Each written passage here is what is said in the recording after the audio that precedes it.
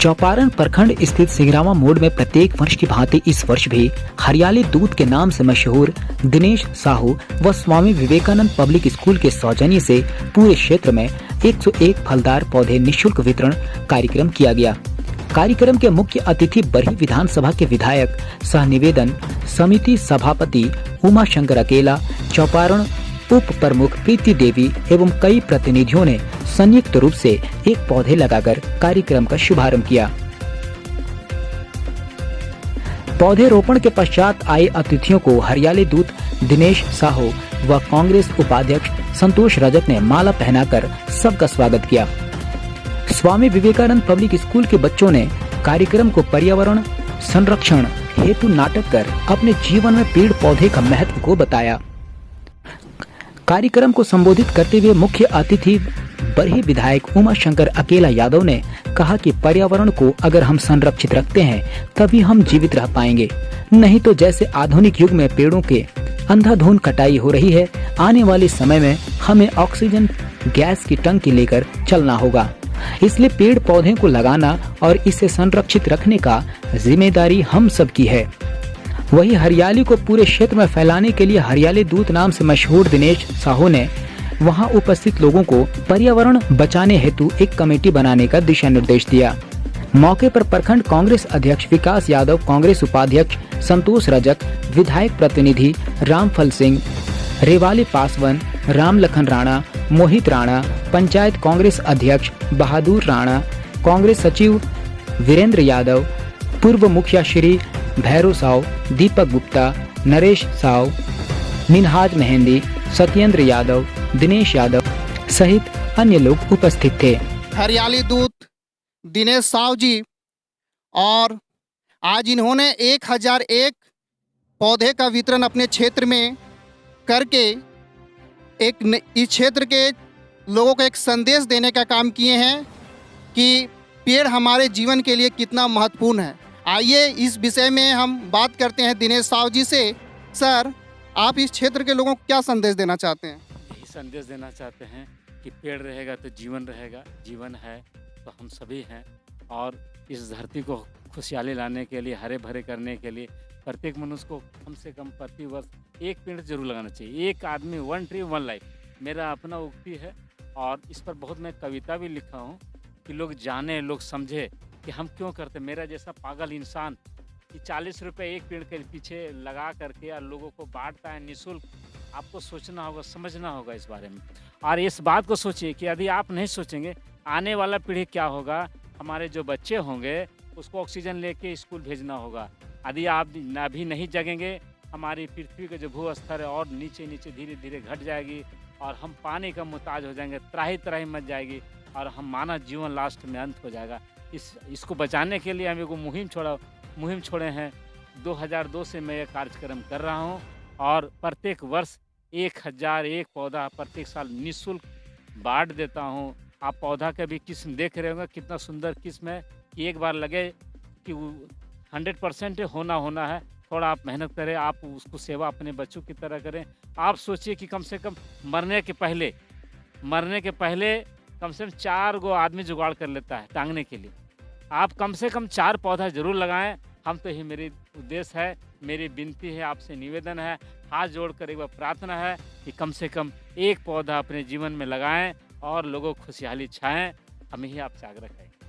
हरियाली दूत दिनेश साव जी के माध्यम से जो किया जा रहा है, ये अपने आप में एक बहुत अद्वितीय पहल है और इनके जज्बे को देखते हुए हम ये कह सकते हैं कि हर वो लोग जो किसी भी चीज़ के लिए अपना एक पैशन रखते हैं, कि एक उम्मीद रखते हैं और कहीं ना कहीं समाज में वो व्यापक परिवर्तन लाना चाहते हैं, पूरे देश, पूरे विश्व में एक व्यापक परिवर्तन लाना चाहते हैं, तो ज़रूरी नहीं कि हम किसी एक मुकाम को हासिल कर ही वो ये पाया जा सकता है। हम कहीं से भी इसकी शुरुआत कर सकते हैं और इसकी बानगी दिनेश साव जी इन्होंने कर दिखा है कि इस वर्षों से ये निरंतर ये प्रयास करते चले आ रहे हैं। और जो जल जंगल ज़मीन को बचाने की जो कवायद है, आज कहीं ना कहीं ये मसला हमारे पटल से गायब है। हमारे जो हम सबको जो लीड करते हैं, कहीं ना कहीं हमारे जो शीर्ष नेतृत्व है, वहाँ पे जल जंगल ज़मीन की जो कवायद वो भूल चुका है ये समाज। तो ऐसे समय में ऐसे पहल के द्वारा जो इनके द्वारा प्रयास किया जा रहा है, वाकई में अद्वितीय पहल है।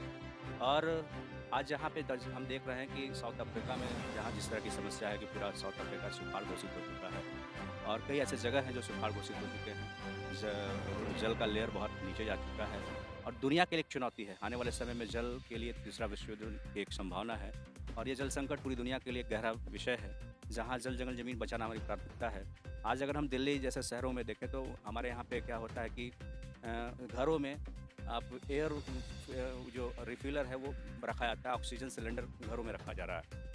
ऐसा इसलिए है कि वहाँ ऑक्सीजन का लेवल पूरा कम हो गया है और तमाम वो शहर जहाँ पे ज़्यादा पॉल्यूशन है वहाँ पे वो कहीं ना कहीं ये समस्या सरेआम है, जहाँ सब सिलेंडर ऑक्सीजन सिलेंडर के माध्यम से ऑक्सीजन की सप्लाई की जा रही है। आने वाले समय में जैसे आज पानी बिक रहा है, आने वाले समय में हवा भी, ऑक्सीजन भी इसी तरफ बिकने का काम, और ये कॉर्पोरेट सेक्टर इस तरफ लगा हुआ है। उनकी एक साजिश है कि जहाँ पे ये हवा को भी बेचने का ये एक मौका नहीं छोड़ना चाहते। ऐसे समय में एक जो पहल इनके द्वारा किया गया है ये वाकई स्वागत योग्य है और आने वाले समयों में हम सब दिनेश साहू जी के माध्यम से आज विधायक प्रतिनिधि के विधायक के भी माध्यम से एक मुहिम छोड़ने की कोशिश की गई, जहाँ पे एक कमेटी का निर्धारण करने की बात की गई और जिसमें तमाम पंचायतों के लोग 26 पंचायतों के लोग इनके अध्यक्षता में वो चलकर आगे आएंगे और कहीं ना कहीं हम सब एक बीड़ा उठाने का काम करेंगे, जहाँ जंगल हमारी प्राथमिकता होगा, जहाँ जंगल को हम बचाने की प्राथमिकता में खड़े होंगे। और ये जो हरियाली का ये बीड़ा उठाकर चल रहे हैं, इसको भी हम अमली जामा बनाने में कहीं ना कहीं बड़ी विधानसभा एक कहीं ना कहीं एक आदर्श प्रस्तुत करने की कोशिश करेगा और हम इनके मार्गदर्शन में दिनेश साहू जी के मार्गदर्शन में कहीं ना कहीं आगे बढ़ेंगे। सर, इसके लिए आपको नहीं लगता है सरकार खुद जिम्मेवार है? आज जंगलों में जिस तरह से आदिवासियों को बसा दिया गया है, उनको जहाँ तक मालूम है 3 डिसमिल का पट्टा मिला है। आज जो है एकड़ों एकड़ ज़मीन जो है उनके द्वारा जो है जंगलों का साफ किया जा रहा है। इसके लिए कहीं ना कहीं नहीं लगता है आपको कि सरकार भी इसके पीछे कहीं ना कहीं जिम्मेवार है?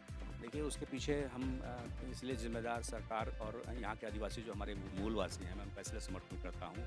उनके सामने रोज़गार एक बड़ी समस्या है। सरकार को चाहिए कि इनके भरण पोषण के लिए कोई वैकल्पिक व्यवस्था अपनाकर और कहीं ना कहीं इनको रोज़गार सृजन से जोड़ा जाए, छोटे छोटे उद्यम से जोड़ा जाए, छोटे छोटे इनको रोज़गार से जोड़ने का सृजन काम किया जाए।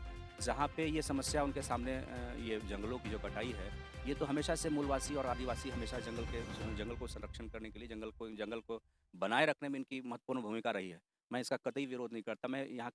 मैं चाहता हूँ कि जो भी जिनको यहाँ बसाया जा रहा है, जिस भी तरह से उनको पट्टा दिया जा रहा है, सरकार की प्राथमिकता में शामिल होना चाहिए कि उनको रोजगार से जोड़ते हुए और जंगलों की कटाई के लिए भी एक प्रशिक्षण चलाया जाए, जहाँ इनको जागरूक किया जाए कि वो जंगलों को नुकसान नहीं पहुँचाए, क्योंकि ये जंगल के कारण ही वो आज कहीं ना कहीं उनको ये पट्टा मिल पाता है और ये उनके लिए एक ठिकाना होता है। एक जंगल एक ठिकाना बचा हुआ जहाँ पे हम आदिवासियों का एक सुरक्षित ठिकाना समझते हैं। इसको बचाना सरकार की भी जिम्मेदारी है, हम सबकी जिम्मेदारी है कि कैसे इसको हम लोग उनको भी जागरूकता कार्यक्रम के माध्यम से और उनको सरकार की एक प्राथमिकता को जोड़ते हुए कहीं ना कहीं उनको रोजगार सृजन से और किसी तरह से जोड़ा जाए, जहाँ पर हम पोषण के सामने एक बहुत बड़ी चुनौती है और वो इस तरह जरूर समृद्ध हो पाएँ कि वो कहीं ना कहीं जंगल को नुकसान करने के लिए प्रतिबद्ध नहीं पड़े।